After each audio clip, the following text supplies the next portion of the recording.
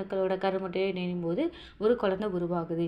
நார்மலாகவே எந்த ஏஜ் வந்து ப்ரெக்னென்சிக்கு வந்து நல்ல ஏஜ் அப்படின்னு சொல்லி பார்த்தோம் அப்படின்னா, நார்மலாகவே 20 வயசுக்கு அப்புறம் வந்துட்டு அந்த உருவாகிற கருமுட்டையும் சரி விந்தணுக்களும் சரி நல்ல வந்து குவாலிட்டியாக இருக்குது, தரமானதாக இருக்குது அப்படின்னு சொல்லி சொல்கிறாங்க. இதே வந்து இந்த கருமுட்டையும் சரி விந்தணுக்களோட தரமும் 20 வயசுக்கு அப்புறம் 35 வயசுக்குள்ளே 15லேருந்து 20% அதோட தரங்கள் வந்து குறைய ஆரம்பிக்குது. இதனால் என்ன ஆகும் அப்படின்னு பார்த்தீங்கன்னா கருச்சிதைவு அபார்ஷன் ஆகும். அப்படி இல்லை அப்படின்னா குரோமோசோமல் ப்ராப்ளம் ஏற்பட சான்சஸ் வந்து அதிகமாகிக்கிட்டே போகுது.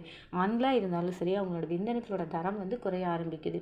இது குறைய ஆரம்பிக்கிறதுனால மரபணு ப்ராப்ளம்லாம் குழந்தைக்கு வர வந்து சான்சஸ் அதிகம். இதனால் 20லேருந்து 25 வயசுக்கு அப்புறம் 30-35 வயசுக்கு அப்புறம் குழந்தையே பிறக்காதா அப்படின்னா கிடையாது.